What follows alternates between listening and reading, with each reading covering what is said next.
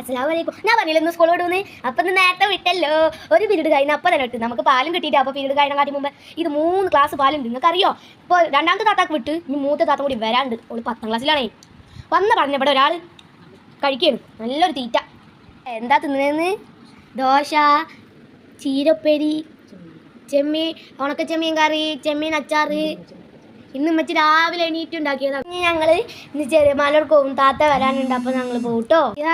ഇവിടെ ഉമ്മച്ചിൻ്റെ ചെമ്മീൻ അച്ചാറ് കൊതി കൊണ്ട് ഉമ്മച്ചിതാ ഇവിടെ താത്താൻ്റെ ചെമ്മീൻ വാരിയെടുക്കാൻ നിൽക്കുന്നു.